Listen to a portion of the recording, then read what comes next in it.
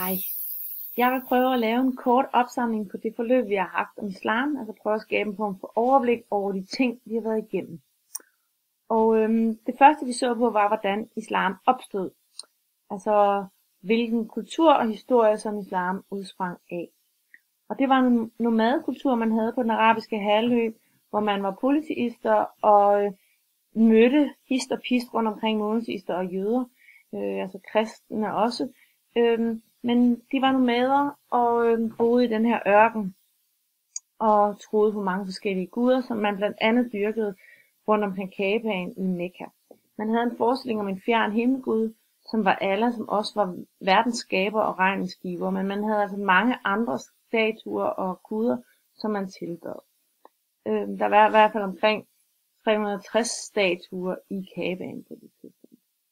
Men så kommer Muhammed altså til og er meget kritisk over for polyteismen. Han får nogle åbenbaringer, som fortæller ham, at der kun findes én Gud, og at monoteisme er vejen frem. Han forsøger at overvinde folk i Mekka til at tro på det, at de vil komme i helvede, hvis de ikke lytter til ham, og at de vil komme i himlen, hvis de tilbeder den ene Gud. Men den stamme, der hed Quraysh-stammen, som vi snakkede om, der havde magten i Kaabaen og tjente mange penge på den pilgrimsturisme, kan man måske kalde det, der var til Kaabaen, var ikke interesseret i det. Så han fik ikke særlig mange tilhængere.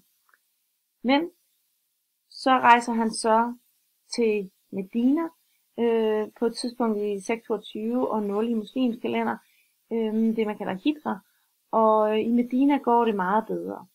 I Medina bliver han en slags borgmester og får magten i hele byen, opbygger både et verdsligt og et militært og et selvfølgelig religiøst styre. Og han ligger så i krig med Mekka, og det ender så med, at han vinder krigen til sidst efter mange slag og indtager Mekka i 632, indstifter pilgrimsrejsen og dør så i Medina et par år efter. Så hans historie er sådan en, succeshistorie. Han kommer fra ingenting, han er forældreløs og fattig barn, men bliver gift med Khadija, den rige enkekone, og overtager hendes store karavanehandelsforretning, og så, som sagt, begynder han at få de her åbenbaringer og skaber så stille og roligt, både religiøs og politisk magt. Hans historie har vi snakket om, og vi har også snakket om, hvad der skete efter Muhammeds død, altså den her strid mellem sunni og shia om, hvem der så skulle være kalif, og vi snakkede om, at det var sunni-muslimerne, der vandt den her strid, og sunni-islam er den største del af islam også i dag. Vi har ikke snakket særlig meget om shia-islam, men I ved lidt om det. Historisk snakkede vi også om Kaabaens historie og muslimernes opfattelse af, at det var Adam, der byggede den oprindelige, Ibrahim og Ismail, der så genopbygger den senere, og så Muhammed, der så renser den og genindstifter den som tempel for den ene sande Gud, Allah. Og det er vigtigt at forstå i forhold til muslimernes selvopfattelse, at islam er den oprindelige religion, som alle profeterne har overleveret til forskellige tidsaldre. Så derfor så er det ikke sådan noget med, at de tager Kaabaen fra nogle andre, eller noget den stil, de tager den tilbage og genindstifter til den sande formål. Så I skal også vide lidt om Ibrahim og Kaabaens historie, men det gør jeg. Hvad tror muslimer på? Vi snakker om de 6 trosartikler, Gud, bøgerne, dommedag, forudbestemmelse, engle og profeterne. Jeg har kun skrevet noget om 4 af dem her, kan jeg se. Men i hvert fald så er det vigtigt jo, at det er en absolut monoteisme og kritikken af for eksempel kristne som polyteister. Altså der findes kun en Gud, og han er så stor og overskrider vores forstand, Allahu Akbar, at vi aldrig nogensinde kunne forstå, hvem han er. Hverken med vores sprog, eller vores billeder, eller med vores tanke, kan vi nogensinde rumme ham, eller ramme ham. Så han er en transcendent Gud. Han er også immanent, men han er først og fremmest transcendent, og vi kan ikke relatere til ham, som vi for eksempel kan til Gud i kristendommen. Vi har snakket meget om bøgerne, Koranen og Hadith, og Koranen som den absolutte højeste autoritet, Guds åbenbaring her på jorden, som de sammenligner med Jesus i kristendommen, ikke? Fordi at det er ikke, hvad skal man sige, menneskets ord, det er ikke Muhammeds ord, vi finder i Koranen, det er Guds ord. Og derfor på samme måde som Jesus er Gud og siger ordet til mennesket, så er det altså der, vi kan sammenligne Koranen og Jesus. Så snakker vi om hadith-samlingen, som jo er en kæmpestor tekstsamling, som har den anden højeste autoritet i islam, og som er overleveringer om Muhammed og hans sunnah, altså fortæller, hvordan han levede sit liv, og da han jo var et mønstergyldigt eksempel, fejlfrit menneske, så kan vi alle sammen gøre som ham. Så har vi snakket om dommedag og læst en tekst om det, hvordan højre og venstre sides folk blev skilt ad, og hvordan nogen kom i en oase, og nogen kom i en ørkenlignende tilstand, som så var helvede, og henholdsvis paradis. Og så snakker vi også om den her tro på skæbnen, altså forudbestemmelsen, som man jo har i islam, og som hænger sammen med Guds almagt, ikke? Og så snakker vi om visse problemer, sådan, hvad skal man sige, på det, hvis man ser på det rationelt i hvert fald, med at sige, hvordan kan der både være en skæbne og en dom, hvordan kan der være forudbestemt, når jeg skal i himlen og helvede, og samtidig så har jeg ansvaret for mine egne gerninger, og om jeg bliver frelst eller ej. Og der er nogle paradokser i islam, som man ser i alle religioner, og det er et af dem. Et andet er teodicé-problemet. Hvordan kan Gud være almægtig og god, når der sker så meget ondt i verden? Og et tredje er det der med, at islam forstår sig selv som en oprindelig religion, men hvis vi ser på det historisk, så har der været mange andre religioner før, og hvis man forholder sig kritisk og udefra til islam, så kan vi tydeligt se, hvordan den har taget ting til sig og videreført tidligere religiøse traditioner. Så sammenligner vi med kristendommen, både menneskesynet og især synet på Jesus. Vi læste skabelsesberetningen, kan man sige, historien om Adam og Eva fra Koranen, og der sammenligner vi med, hvordan Gud ikke straffer Adam og Eva, men retleder dem. Så der læste vi også lidt om Guds synet, og så vi læste også noget i Koranen om Jesus, hvordan han bliver set altså som en profet, og ikke som en Gud. Han er ikke Guds søn. Så de afviser inkarnationen, de afviser treenigheden, og de afviser også, at Jesus kunne være en frelser, og mennesket har ikke brug for en frelser, fordi mennesket er fejlbarligt, men vi har ikke arvesynd, som vi har i kristendommen.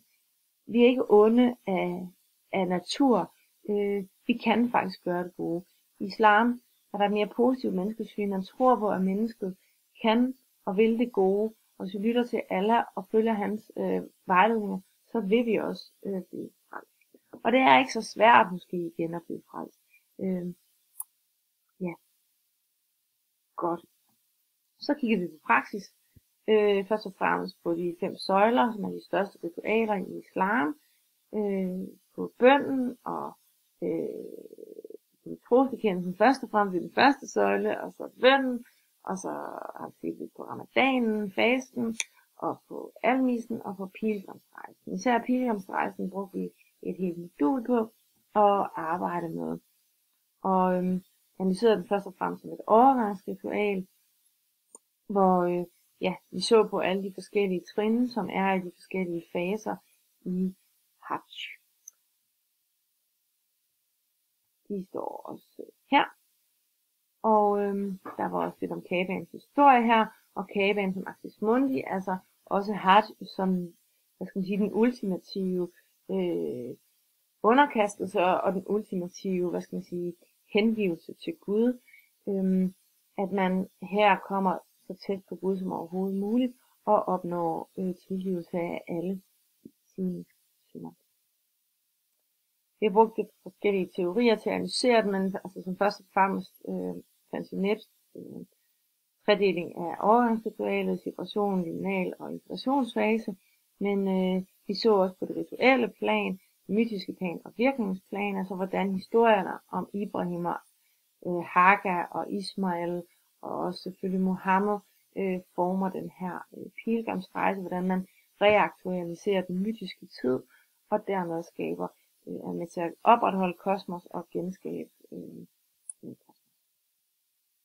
Så har vi kigget på jihad, på lidt, men I ved godt, hvad den store jihad og den lille jihad er for noget. Og der havde vi selvfølgelig fokus på den store jihad, som den enkeltes moralske stræben efter at blive en god muslim, altså overvinde de egoistiske tilbøjeligheder, vi alle sammen har. Og så snakker vi om sharia. Jeg prøvede at forklare lidt om klassisk sharia, hvordan det er opstået, historien, hvordan sharia blev formet, og hvilke kilder man har brugt, og hvilke skoler der findes, og hvad det handler om. Ja, og der er det vigtigste jo, at vide, at det er Koran, der er den primære kilde, og hadis, der er sekundære kilde, og så alt det andet, som man kan være uenig om omkring. Ja. Og snakke lidt om, hvorfor den ikke er blevet indført, sharia-lovgivning, og hvem der ønsker at få den indført nu, moderne tid, og hvordan det kan være, at det faktisk er et ret moderne projekt at indføre sharia-lovgivning. Og så har vi arbejdet en del med moderne sharia, både teoretisk, men også omkring tørklædedebatten, som vi havde i sidste modul. Og der har vi selvfølgelig set på sekularister, modernister, traditionalister og fundamentalister, og prøvet at se på deres forskellige forståelser af forholdet mellem religion og samfund, og den udfordring, man kan sige, Vesten på mange måder udgør for moderne muslimer. Yes, det var det, jeg lige vil sige som opsamlende. Det er nogle af de vigtigste ting, vi har været igennem. Så det håber jeg har givet jer et lille overblik og nogle stikord. For nu var det i hvert fald det, jeg vil sige. Så tak for opmærksomheden. Hej igen.